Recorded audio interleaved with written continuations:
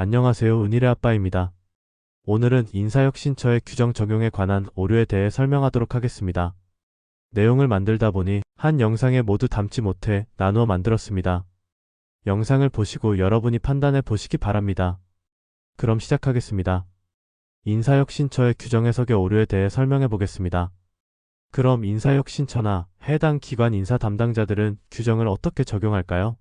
이것을 설명하기 전에 공무원 채용 유형부터 알아보겠습니다. 공무원에 임용되기 위해 세 가지의 채용 유형이 있습니다. 공개 채용과 경력 경쟁 채용, 특별 채용입니다. 우선 공개 채용입니다.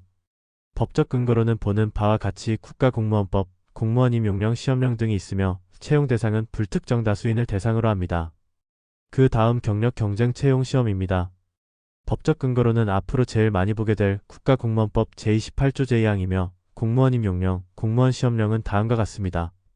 채용 대상은 각 호에 해당되는 민간의 우수한 경력자를 뽑기 위한 채용 유형입니다. 마지막으로 특별 채용입니다. 법적 근거로는 현재 일부만 남아있으며 보는 바와 같이 국가유공자 예우에 관한 법, 군무원 특별 채용 등에 관한 규정이 있으나 여러 기관에서 특별 채용을 실시하고 있습니다. 채용 대상으로는 자격증 보유자, 경력자 채용, 특정 분야 전문가, 특정 지역 및 계층 우대 등 공개 경쟁 채용 시험에 의하여 충원이 곤란한 분야에 대하여 채용하는 제도로 관련 직위의 우수 전문 인력 및 유경험자를 채용하는 제도입니다. 간단히 채용 유형에 대해 짚고 넘어갔습니다. 이제 채용 후 민간 경력이 있는 대상자라면 어떤 규정에 의해 민간 경력을 인정받는지 설명해 보겠습니다. 2025년 공무원 보수 등 업무 침해 민간 경력 인정 규정을 보면 세 가지가 있습니다. 기본 전제 조건으로는 임용 예정 직렬 및 직류와 동일한 분야에 직접 종사하면서 정기적인 보수를 취급받고 상근한 경력입니다. 이 조건 후 세 가지 중 하나에 해당되면 민간 경력을 인정받습니다. 간단히 정리하면 보시는 바와 같습니다. 1유형은 자격증 등 플러스 경력. 2유형은 자격증 등은 없지만 국가공무원법 제28조 제2항 제3호 등 민간 근무 경력을 요건으로 하는 경력 경쟁 시험 등에서 관련 직무 분야로 인정받는 경력. 3유형은 1유형과 2유형에 해당되지는 않지만 그에 상응하는 경력입니다. 그렇다면 이 규정을 인사혁신처 또는 인사 담당자는 어떻게 적용을 하는지 설명해 보겠습니다. 표에서 보는 바와 같이 공개 채용은 1유형에서 자격증, 면허증, 박사학위 등 보수 규정에 정해있지 않는 자격증으로는 경력은 인정해주지 않습니다. 경력 경쟁 채용에서는 자격증 등이 있는지 물어보고 없다면 경력 경쟁 채용 3호만 인정해주고 이에 해당이 안되면 인정해주지 않습니다. 마지막으로 특별 채용은 자격증 등 유무 확인 후 직렬에 맞고 보수 규정에 해당되는 자격증이 없다면 인정해주지 않습니다. 빨간색으로 표시해 놓은 것은 최근 판례로 인해 제한적으로 인정을 해준 것입니다. 그렇다면 과연 우리는 민간 경력을 인정받는 데 있어서 법령과 규정에 의해 올바르게 인정을 받고 있는 게 맞을까요? 지금까지 소송과 관련 내용을 오래 공부한 입장에서 여러분께 설명해 드리려 합니다. 하지만 당부드리고 싶은 것은 제가 깨달고 이해한 내용이 100% 맞는다는 장담을 해드릴 수 없습니다. 그러니 여러분들이 기관 담당자 또는 인사 첫 처분과 제가 말하는 내용을 비교해 보시며 판단해 주셨으면 좋겠습니다. 만약 다른 생각을 가지고 계신 분은 댓글로 남겨주세요. 그럼 이번에도 여러분의 이해를 돕기 위해 간단히 알고 넘어가는 시간을 갖겠습니다. 우리나라의 법 체계는 성문법을 채택하고 있습니다. 간단히 설명하자면 법이 반드시 글로 명확히 정해져 있어야 하며 헌법, 법률, 명령 등 문서화된 법이 우선 적용된다는 원칙입니다. 그렇다면 성문법의 특징을 보면 모든 사회 현상을 글로 쓸 수 없다는 한계가 있어 추상적 포괄적 규정이 필요합니다. 따라서 이러한 특징으로 성문법은 불완전성, 추상적이란 성격을 가지며 추상적인 법 또는 규정을 법원의 해석과 판결로서 정의되어 있지 않은 사안에 대해 그 시대 상황에 맞게 판결을 하여 부족한 부분을 메우고 있습니다. 따라서 구체적인 규정과 추상적인 규정을 통해 서로 상호작용을 하며 법이나 규정이 만들어집니다. 그럼 다시 보수 규정으로 돌아와서 1유형과 2유형과 3유형을 보겠습니다. 구체적 또는 개별적이거나 추상적이거나 포괄적, 포충적인 유형이 어떤 유형인지 생각해 보겠습니다. 우선 보수 규정을 보겠습니다. 최신 2025년 1월 23일에 개정된 것으로 1유형부터 2유형, 3유형의 내용을 보시고 여러분들이 구체적, 개별적 또는 추상적, 포괄적, 포충적인 것을 세 가지 규정을 상대적인 입장에서 보고 생각해 보기 바랍니다. 잠깐 화면을 정지시켜 생각해 보세요.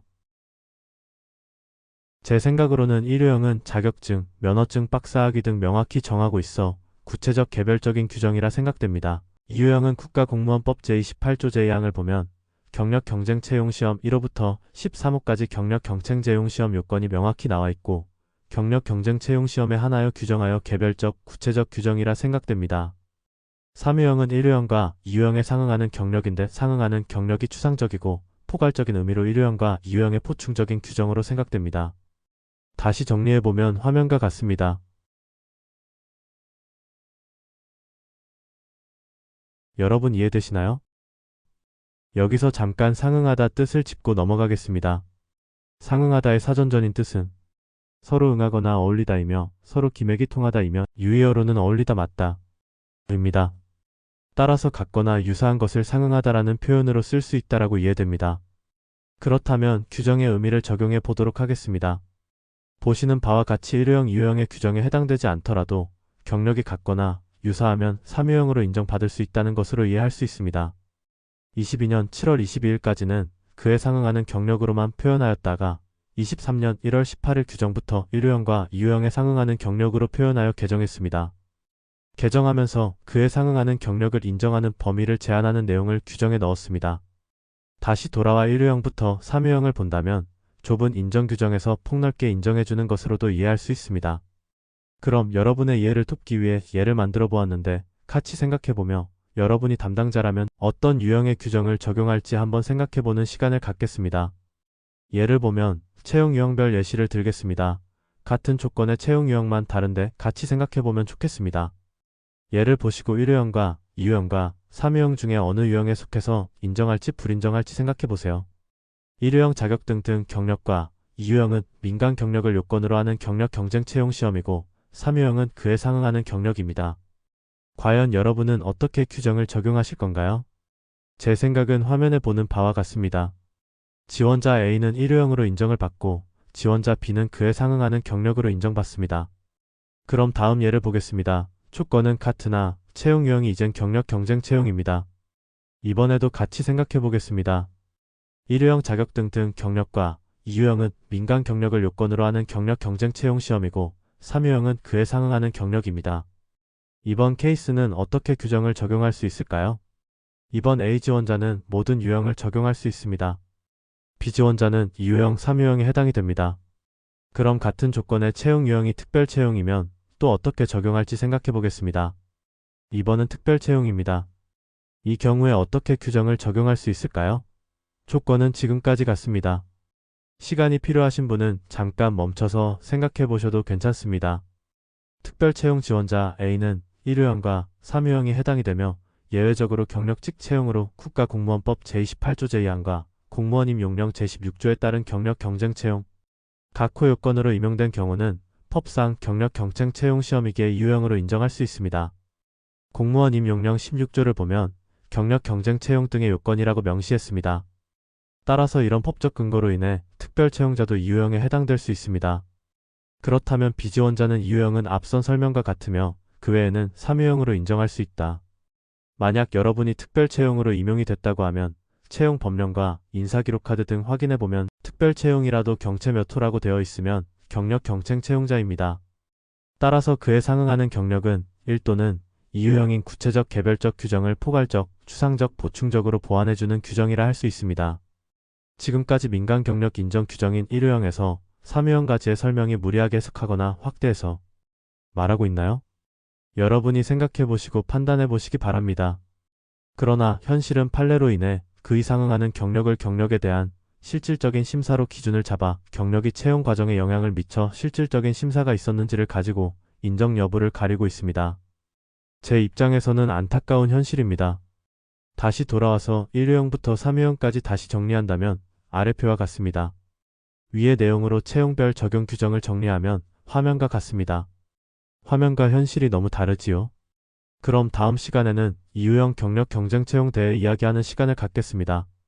많이 들어본 3호 채용만 인정해준다, 민간 경력 요건이 아니다 등 이런 불어 사유에 대해 왜 이 말이 잘못된 설명인지에 대해 법령과 규정을 가지고 하나하나 설명해 보겠습니다. 구독과 좋아요는 제가 영상 만드는데 힘이 됩니다. 감사합니다.